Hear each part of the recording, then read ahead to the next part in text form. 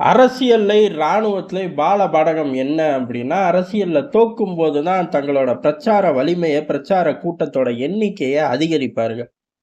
அப்ப ஜெயிக்கும்போது குறைப்பார்களான்னு கேட்கக்கூடாது. அப்பயும் மெயின்டெயின் பண்ணுவார்கள். பிரச்சார கூட்டங்கள் அதிகரிச்சுக்கிட்டே இருக்கும். தோக்கும்போது ரொம்ப அக்ரஸிவா பேசுவார்கள். ரொம்ப அக்ரஸிவா அந்த எண்ணிக்கைய, கூட்டத்தோட எண்ணிக்கைய, பொதுக்கூட்டத்தோட எண்ணிக்கை, பிரச்சாரத்தோட எண்ணிக்கைய அதிகரிப்பார்கள். இது அரசியல்ல பாடகம்.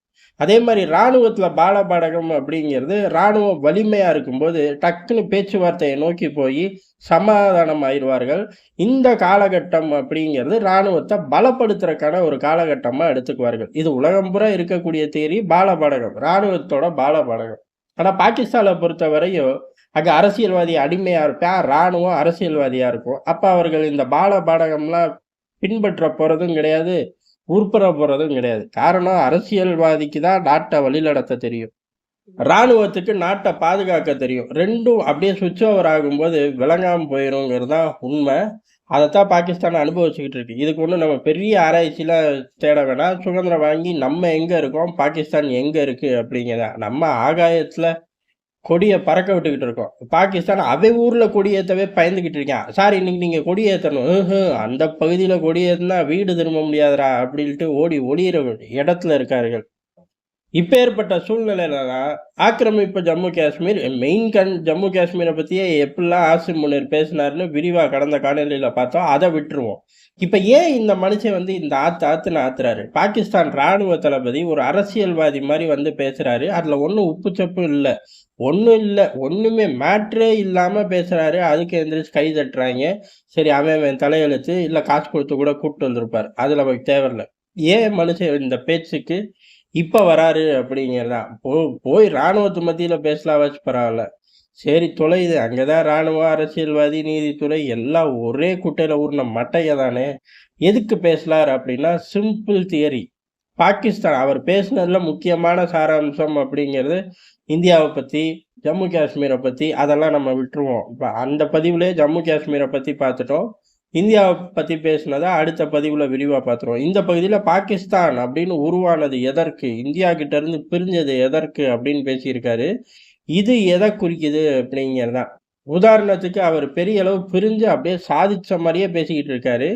இந்த பிரிஞ்சதுக்கு காரணம் என்ன அப்படின்னா, பாகிஸ்தானுக்கு தனித்துவம் ஜாஸ்தியாப்பா.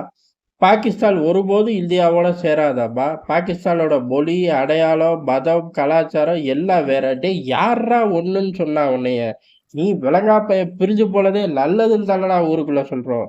என்ன பிரிஞ்சு போது ஒழுங்கா நிலப்பரப்புகள பிரிச்சிருந்தா இந்த பஞ்சாயத்தே வந்திருக்காது அப்படிங்கிறது தான் இந்தியர்களோட நிலைப்பாடே ஒழிய, அச்சச்சோ! பாகிஸ்தான் போயிட்டான். 1 டசன் மூளை வச்சிருந்தவன்லாம் நாட்ட விட்டு கிளம்பிட்டாங்கன்னு யாருமே இங்க கதறலையே! ஆனா வசதியா அத மறைச்சுட்டு பேசிக்கிட்டு இருக்காரு. அப்படி பேசும்போது உள்ளூர் உண்மையை வசதியா மறைச்சுக்கிறாரு.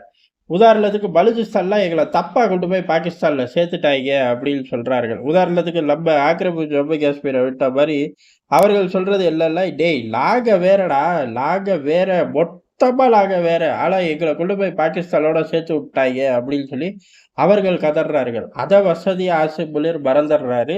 சரி மறந்துட்டு இவ்வளவு எதுக்கு பேசுறாரு அப்படிங்கிறதா? ஒண்ணே ஒண்ணுதான். நம்ம டார்கெட்டு ஆக்கிரமிப்பு காஷ்மீர மீட்கிறது. பலுசிஸ்தான் உடைஞ்சு போப்போது. அதுல யாராலும் மாத்த முடியாது. அமெரிக்காவோட ஃபோக்கஸ் கூடிருச்சு. இந்தியாவோட ஆக்ரோஷம் கூடிருச்சு. பலுசிஸ்தான் விடுதலை ராணுவம் எழுச்சி பெற்றுருச்சு. இனிமே பலுசிஸ்தான் பிராந்தியத்த கட்டி ஆளணும் அப்படின்னு நெனச்சா, ஆசிம் முனீர் இப்ப பேசுன மாரி 1000 பொதுக்கூட்டங்கள் பலுசிஸ்தானுக்குள்ள போய் பேசணும். ஏங்க ஒரு பொதுக்கூட்டத்துக்கு கிளம்பி சொல்லுங்க. குண்டு வெடிச்சு செத்து போயிருவான் மனுஷன். அப்படி இருக்கும்போது வாய்ப்பே இல்லை அப்படிங்கிறது தான். அதே மாரி ஏகப்பட்ட விஷயங்கள் சொல்லட்டு போலாம். ஹைபர் பக்துன்வா சொல்லலாம், இஸ்லாமாபாத் சொல்லலாம், பஞ்சாப சொல்லலாம். இந்த அரசியல்லாம் பாகிஸ்தான உடைக்க போது. இதுலருந்து தப்பிக்கிறக்கு இது பூரா ஒரே நிலப்பரப்பு அப்படின்னு கத்துறவரு, பஞ்சாப் மாகாணம் அடையக்கூடிய செல்வாக்க மத்த பகுதிகள் அடையுதான்னு கேட்டாலே, அதுக்கே எல்லாரும் சண்டைக்கு வந்துருவாய்ங்க. பாகிஸ்தான் சுக்குநூறா போயிரும். இப்படி பாகிஸ்தான் சுக்குநூறா போறத தடுக்கிறாராம்பா. அந்த தடுக்கிறது அப்படிங்கிறக்காக தான் பழைய கதையெல்லாம் பேசுறாராம்பா. பழைய கதையிலேயே ஏகப்பட்ட பிரச்சனை, உண்மைகள் மறைக்கப்பட்டிருக்கு, பொய்கள் திணிக்கப்பட்டிருக்குங்கிறத மறந்துட்டார். அவர் பறந்தனாலேயே அந்த நாட்டு மக்களும் பறந்து இவர் பின்னாடி அப்படியே அழி சேருவார்கள் அப்படின்னு நினைச்சதோட விளைவுதான் ஆசிப் முனிர் இந்த கேவலமான விஷயத்த ஏதோ பெரிய ராஜதந்திரமா நினைச்சு பேசுறாரு. சரி, திடீர்னு இப்படி ஒரு ராஜதந்திரம் இவர் மண்டைக்கு எப்படிப்பா வந்துச்சு அப்படின்னு கேட்டா அதுக்கும் விஷயம் இருக்கு. என்ன அப்படின்னா, பேசி பேசி ஏதால இந்த இம்ரான் கான் பையன் இம்புட்டு பெரிய கூட்டத்தை சேர்த்துக்கிட்டு ஜெயில்ல இருந்து நம்ம கல்ல விரல விட்டு ஆட்டுறா. நம்மளும் பேசி பேசியே ஒரு பெரும் கூட்டத்தை சேர்த்துட்டோம்னா நம்மளும் பதவியில உட்கார்றதுக்கும் ஈஸியா இருக்கும். ஆசிப் முனிர பாகிஸ்தானுக்குள்ள ஒரு பயலாலே அசைச்சுக்க முடியாதுங்கிற ஒரு புத்தி, ஒரு ஆலோசனை அவருக்கா வந்துச்சோ, இல்ல எவ்வளோ சொன்னாலும் அதைத்தான் மனுஷன் பெரிய அளவு ஒரு ஃபார்முலாவா நம்பி எடுத்துட்டு வந்து இவ்வளவு தூரம் பேசியிருக்காரு அப்படின்னு சொல்றார்கள். உண்மையும் கூட. அதுதான் காரணமா இருக்கும். போய் விசாரிச்சோம்னா தெரியும். நமக்கு வேலை இல்ல பாரு, போய் விசாரிக்கிறதுக்கு. பார்த்தாலே தெரியாது. ஊர் பக்கம் சொல்ற மாரி எலி எதுக்கு அம்மனமா ஓடுது அப்படின்னு. ஆனா இந்த இடத்துல ஆசிம் முனீர் வசதியா ஒரு விஷயத்த மறந்துட்டாரா? இல்ல மறைஞ்சு போச்சா அவர் மண்டையில இருந்துன்னு தெரியல. இம்ரான் கான் பேச்சுக்கு இவ்வளவு பெரிய கூட்டம் வந்துச்சு அப்படின்னா, இம்ரான் கான் உங்கள திட்டி, பக்கத்து நாடு இந்தியாவ திட்டி இல்ல. உங்களோட வெளியுறவு கொள்கையை திட்டி, பக்கத்து நாடு இந்தியாவ திட்டி கிடையாது. உங்களோட அடிமை சாசன ஊரு பூரா பிச்சை எடுக்கிறத திட்டி, பக்கத்து நாடு இந்தியாவ திட்டி கிடையாது. ஏன் சுதந்திரம் வாங்கணும் அப்படின்னு சொன்னது கிடையாது. இந்த மாரி பொய்கள் கிடையாது. இம்ரான் கான் சொன்னது பூரா உண்மை. என்ன உண்மை? நீங்க செஞ்ச தவறால பாகிஸ்தான் தெருவுல நிக்குதுடா, பிச்சை எடுத்துக்கிட்டு நிக்குதுடா அப்படிங்கிற அந்த உண்மைய சொன்னாரு. மக்களுக்கு அவர் மத்தியில ஆதரவு. அவரு இந்த பொருளாதாரத்த மாத்தி அமைச்சிருவாரா அப்படின்னு கேட்டா, அதுக்கு அந்த ஆள் ஒர்த்து கிடையாது. ஆனால் அங்க இவர்கள் செஞ்ச தவறு, இவர்கள் இந்தியாவ ஒரு பூச்சாண்டி மாரி காட்டுறதுனால நமக்கு ஒண்ணும் மைலேஜே இல்லை அப்படிங்கிற பிரச்சாரம் தான் இம்ரான் கானை இவ்வளவு தூரம் வளர்த்து ஒரு தலைவரா தூக்கி முன்னாடி நிறுத்தியிருக்கு. பாகிஸ்தான் வரலாற்றிலே ராணுவத்தை சேலஞ்ச் பண்றக்கூடிய அளவுக்கு உருவான ஒரே தலைவர் இம்ரான் கான் அப்படின்னா, அதுக்கு காரணம் பிரச்சாரம் மட்டும் கிடையாது. பாகிஸ்தான்ல எல்லா பேரும் பிரச்சாரம் பண்ணுவாங்க. பாகிஸ்தான் பின்னாடி பிரச்சாரம்னு போட்டா போதும், பெரிய அளவு ராலி வரும். இப்பல்லாம் இந்தியால அந்த மாரி ராலியெல்லாம் பார்க்கவே முடியாது. ரொம்ப காலத்துக்கு முன்னாடி, அதாவது 60, 70கள்லயே அந்த ராலியெல்லாம் முடிஞ்சிருச்சு. 80ல கூட அதுல பாதி தாக்கல் தான் இருந்துச்சு.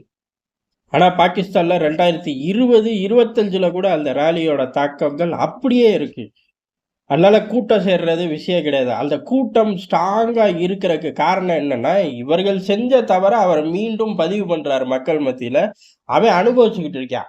அனுபவிச்சனால, ஆமா எதம்மா சொன்னது பூரா உண்மை அப்படின்னு இம்ரான் கான் பின்னாடி ஓடுனான். ஆனா இத பூரா மறந்துட்டோ, இல்ல சிந்திக்கிறக்கு மூளையில திராணி இல்லாமையோ, ஆசிம் முனீர் பழைய பாட்ட பாடுறார். இது அவர கரையேத்துமான்னு கேட்டா, முதல்ல போய் ராணுவ தளபதி வேலைய பார்றா. அத விட்டுட்டு அரசியல்வாதி வேலைய பார்க்க வந்தா, ராணுவ தளபதி வேலைய விட்டுட்டு வரணும். நான் அங்க உட்காந்துட்டு இங்க பார்ப்பேன் அப்புட்ன்னா, இப்படிலாம் 2 வண்டி ஓட்டி உருப்ட்ட நாடும் கிடையாது, உருப்ட்ட ராணுவமும் கிடையாது, உருப்ட்ட ராணுவ தளபதியும் கிடையாதுங்கிறது தான் வரலாற்று உண்மை. நன்றி, வணக்கம்.